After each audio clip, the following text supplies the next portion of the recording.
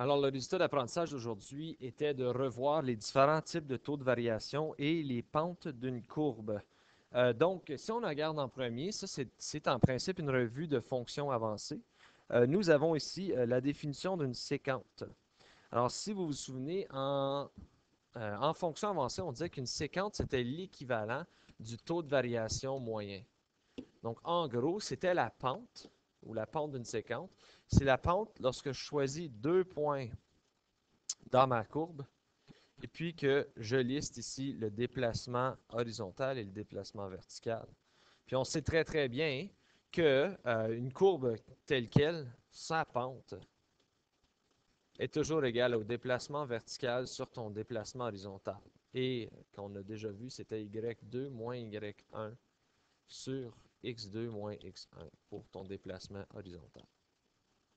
Si on regarde à une tangente, c'était le taux de variation instantané. Donc, c'est la pente à un point exact dans votre courbe.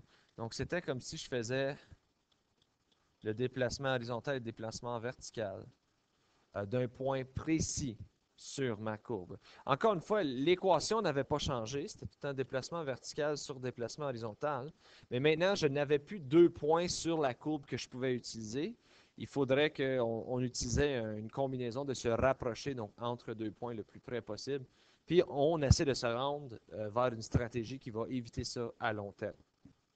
Donc, si je regarde ici, en salle de classe, on a vu Patouf, le clown meurtrier, qui a plein de sang qu'il boit.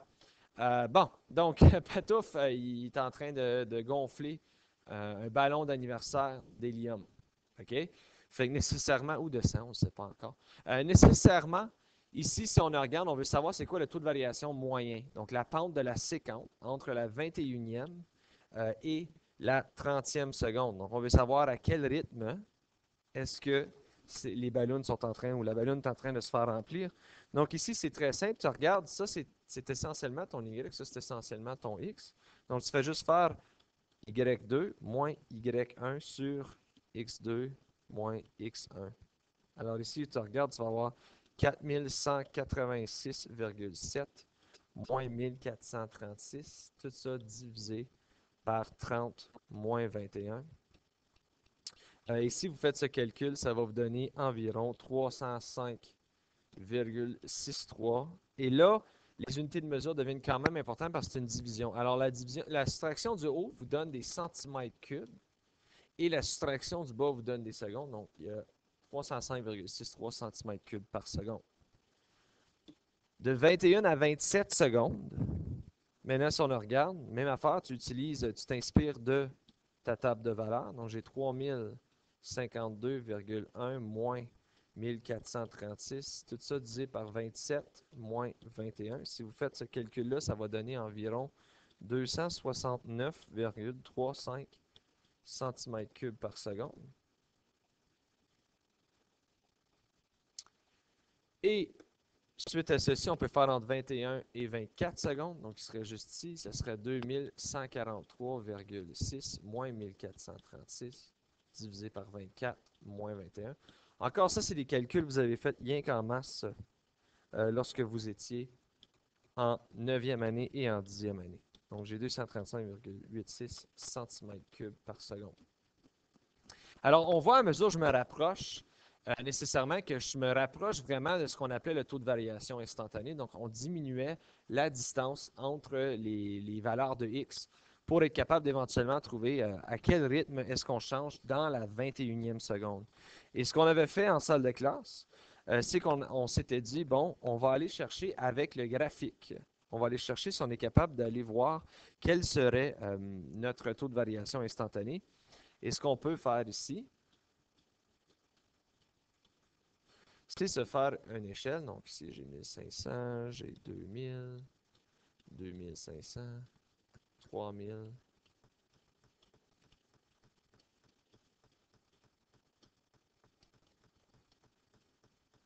Puis 5000. Et de l'autre côté, je vais faire des bonds de 3.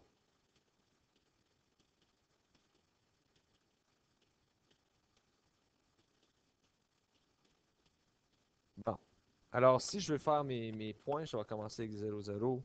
Ensuite, je vais avoir 3 et 4,2 qui vont être tellement proches de 0 dans cette situation ici. 6 et 33,5 encore très, très, très proches de 0. 9 et 113. Encore une fois, ça ne monte pas par grand-chose, un petit peu plus. On va avoir 12 et 267. Maintenant, on est rendu à peu près à mi-chemin. 15 et 523. 18 et 904. 21 et 1436, donc c'est à peu près ici. 24 et 2143. Et on a 27 et 3052. Puis en dernier, on a 30 et 4186, donc ici. Alors ma courbe a l'air à quelque chose comme ceci. Et là, vous allez pardonner le manque de précision de ma courbe. C'est le mieux que je peux faire. Donc là, si on veut savoir c'est quoi la pente de la tangente, donc là, c'est un calcul exact du taux de variation au moment actuel. Donc, à 21 secondes, à quel rythme est-ce que le ballon d'anniversaire est en train de se faire remplir? C'est qu'on veut prendre ce point-là et tracer une droite qui touche uniquement, dans la mesure du possible, à ce point-là. Ici. Et voilà, à peu près là. OK. J'essaie vraiment de le faire. OK, parfait. Donc, là, ce qu'on peut faire, c'est qu'on peut aller chercher quelle est la pente de cette droite-là. Parce que vraiment, en gros, c'est ça, le taux de variation, c'est simplement une différente version de la pente. Donc, je peux aller chercher deux coordonnées. Donc, j'envoie un à peu près ici, j'envoie un à peu près ici. Donc, si je regarde ici, ça, c'est la coordonnée 27 et 2500. C'est que je vais me pogner un petit peu plus d'espace. Donc, je vois que j'ai la coordonnée 27 et 2500 qui est sur ma droite. Et en bas ici, je vais avoir 3 et 5000, 1005, 2000. 3 et négatif 2000. Donc, si je prends ces deux-là ensemble, puis je fais la pente de cette droite-là, en principe, je vais être en train de calculer la pente de la tangente. Alors ici, je regarde mon Y. Moi, je peux dire que ça, c'est Y2, X2. Ça ne fait pas vraiment de différence dans cette situation ici. Je vais avoir 2500 moins négatif 2000. Tout ça divisé par 27 moins 3. Alors là, vous allez devoir me pardonner 2 secondes. Moi, je vais aller chercher une calculatrice.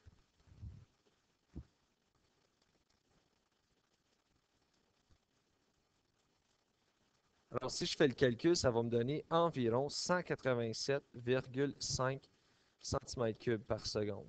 Donc, ce qui me donne une approximation du taux de variation instantanée en utilisant uniquement le graphique dans cette situation ici. J'aurais pu le faire en utilisant de plus en plus proche de 21, donc entre 21 et 21,001. Mais je peux également le faire visuellement. Puis là, on s'entend-tu que j'ai arrondi mes points? Fait que à quel point est-ce que ça, c'est légitime? C'est à débattre. Et c'est dans les prochaines leçons qu'on va aller chercher des valeurs beaucoup plus précises que ça. Alors, ceci met fin à la leçon d'aujourd'hui. Si vous avez des questions, n'hésitez pas de me contacter par Edmondo ou avec Romain.